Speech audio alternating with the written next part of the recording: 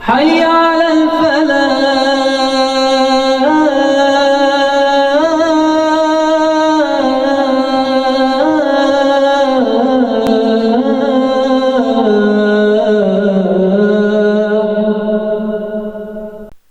अगले तालिब इल्म है फैजान समीउल्लाह।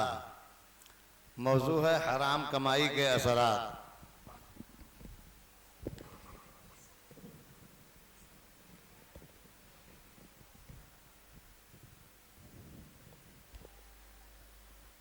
अस्सलामु अलैकुम वरहमतुल्लाहि वबरकातुहू। अल्हम्दुलिल्लाहि कफ़ा व सलामुन अला इबादिहि अल्लज़ीना इस्तफ़ा, अम्मा बअद, फ़अऊज़ु बिल्लाहि मिनश शैतानिर रजीम, बिस्मिल्लाहिर रहमानिर रहीम। सदर अंजुमन, हकम साहिबान, मुशफ़िक़ असातिज़ा किराम और दूर दराज से मुअज़्ज़ज़ मेहमान और मेरे प्यारे साथियों, आज के इस पुररौनक बज़्म में मैं जिस मौजू के तहत लब शाये करना चाहता हूँ वो है हराम कमाई के असरात। बिरादरान इस्लाम, मज़हब इस्लाम से पहले दौरे जाहिलियत में हलाल और हराम का मायार बिल्कुल गलत था। हुर्मत का निशान मादूम था। हिल्लत और हुर्मत के मामले में बेरहरवी और सर्दमेरी आम हो चुकी थी, लेकिन मज़हब इस्लाम ने उसका इंसदाद किया, हलाल और हराम का मीज़ान मुकर्रर किया और कस्ब माश के सिलसिले में ऐसे ही नहीं छोड़ा, बल्कि अक्ल हलाल का हुक्म देते हुए अल्लाह ताला ने इरशाद फरमाया, या अय्युहल्लज़ीना आमनू कुलू मिन तय्यिबाति मा रज़क़नाकुम, ऐ ईमान वालो, जो पाकीज़ा हलाल चीजें हमने तुम्हें दे रखी हैं उन्हें खाओ। तो कहीं या अय्युहर रसूल कुलू मिनत तय्यिबाति वअमलू सालिहा इन्नी बिमा तअमलूना अलीम, ऐ रसूलो हलाल चीजें खाओ और नेक अमल करो, तुम जो कुछ कर रहे हो उससे मैं बखूबी वाकिफ हूँ। हलाल कमाई के जरिया हमेशा कस्ब हलाल को हिर्ज़ जान बनाने और हराम कमाई से बचने की तलकीन की है। मुहतरम सामईन, कस्ब हलाल और रिज़्क़ तय्यब की बेशुमार बरकत हैं।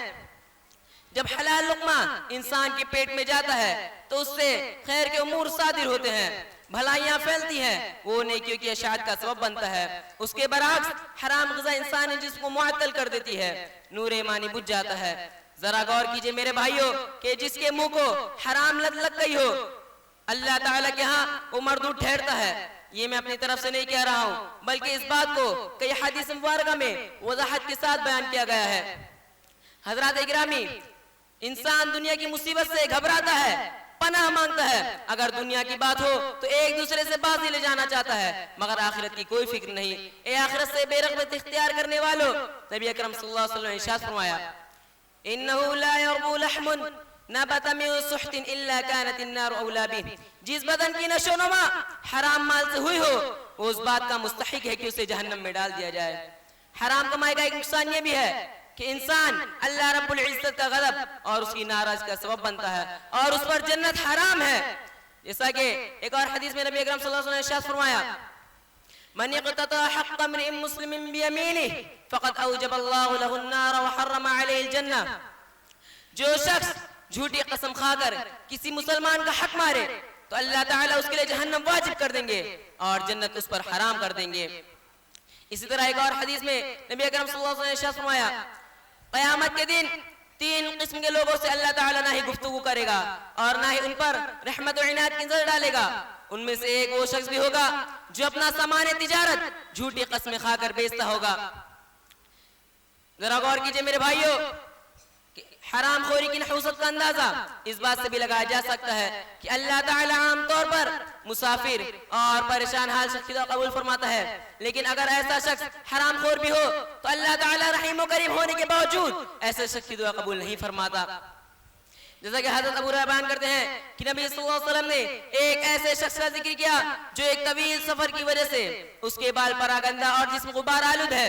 इस हालत में आसमान की तरफ हाथ बुलंद करके या रब्बी कहता है, मगर क्या है, मतअमु हराम, उसका खाना हराम, व मशरबु हराम, उसका पीना हराम, व मलबसु हराम, उसका कपड़ा हराम, व गुज़िया बिल हराम, उसका जिस्म हराम से पला है। फ़अन्ना युस्तजाबु लिज़ालिक, ऐसे शख्स की दुआ कैसे कबूल हो सकती है। मेरे भाइयों, इन तमाम हदीस से ये बात बिल्कुल वाज़ेह हो जाती है कि हराम कमाई में कुछ ऐसी नहूसत होती है जो इंसान के आमाल को, उनके दुआओं को कबूल होने नहीं देती। लिहाजा हयात मुस्तआर में कस्ब माश और शिकम परवरी के लिए पाकीज़ा कमाई ढूंढे और इख्तियार करे। हराम चाहे छोटा हो या बड़ा उससे बचना चाहिए, क्योंकि सिर्फ और सिर्फ पाकीज़ा से माशरा सुधार की तरफ जाता है, भलाइयाँ फैलती है और बरकत नसीब होती है।